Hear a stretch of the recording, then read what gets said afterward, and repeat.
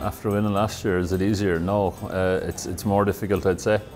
You know, you still have to turn around and do all the hard training.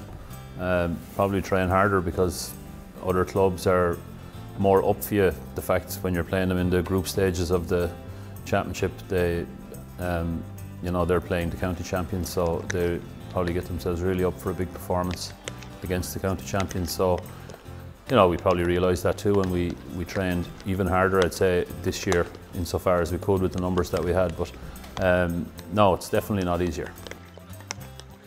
When I came to the parish first in '99, it was hurling. I mean, they won their first ever senior hurling county final in '99, and while football was very strong in the club, hurling seemed to have dominated that stage.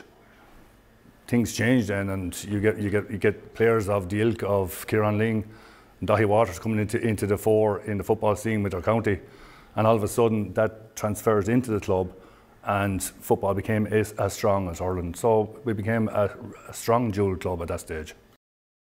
As a player, I was lucky enough to be on a part of a panel in 2008, but was only a sub on the team. So to actually play the game, play in the final, the full 60 minutes, like, and win one, was just a special occasion, really. It just means that extra little bit more to you when you actually grace the field. The last 2 weeks actually is the first time that we've had a 2-week run into a big game. Every other year it's been literally from one game to another. Football one weekend, hurling the next weekend, etc., etc. And it gives us very little chance to train. Most of the time is spent recovering. So yeah, it'll be interesting to see now, will it make a difference on Sunday. My job is to make sure that the club is functioning properly. It is difficult for management, because initially we had different management for 2 teams, doesn't work, and then we sat down and said, okay, if we're going to be a dual club, we've got to have the same management, same drive for both teams. And 5 years ago, we sat down, and the management that are in place now bought into that. They set out their stall, and what we see now was the result of that.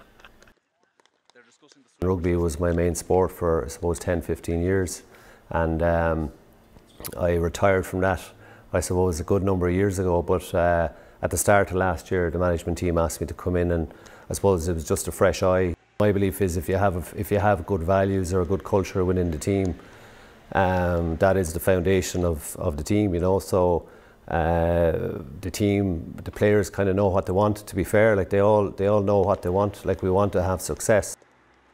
Well, nothing compares to playing. That's the ultimate, being a player. Everything else is catch up after that, but I'm certainly really enjoying managing the team.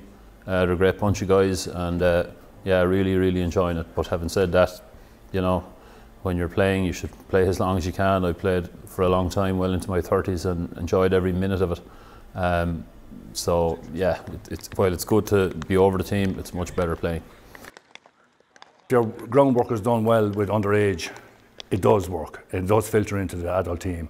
But again, you have to have the proper setup in adult for these guys to make it into it.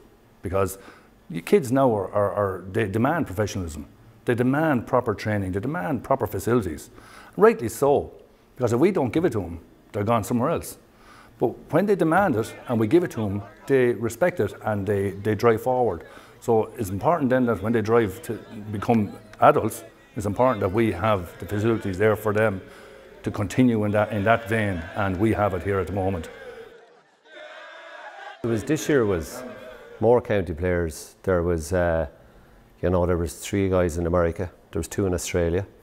There was weddings in America, and like up to 6 weeks ago, we had 8-10 players on the pitch most nights, you know. So it was only in the last. So it's from a training point of view. Last year it was you had 20 lads nearly all the time, you know, for the championship. Where this year we've been lucky to field the team, and we couldn't field the team in the leagues.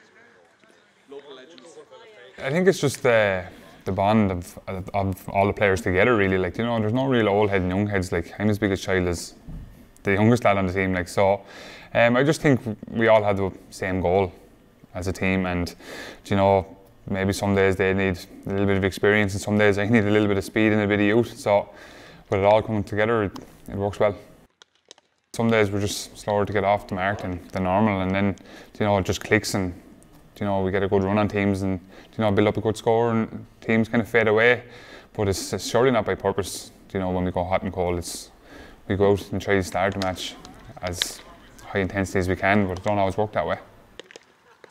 It's probably we're a little bit fresher. I think we had way more games under our belt going into the final stages last year, but but we haven't, put in an end-to-end performance. Like, we've had moments, but because we haven't been together as a team for a lot of the year with inter-county, responsibilities. We're a bit fresher this year because we just didn't have a team to play in league. So how many games is that we didn't play, or practice games? But that also has its downside in, playing. It's getting them together as a group and getting them clicking. So there's pros and cons. Like, last year was a massive year for the club. It was probably one of the greatest years a GAA club could have. And not just because we won so many trophies, but success on the field became from pure hard work. So look at it, it's about setting your crossbar high, but sometimes when you set it high, you put the pressure on yourselves, and look at, we have good men here that can handle pressure. We've played them in the semi-final last year, and we were lucky enough to win that.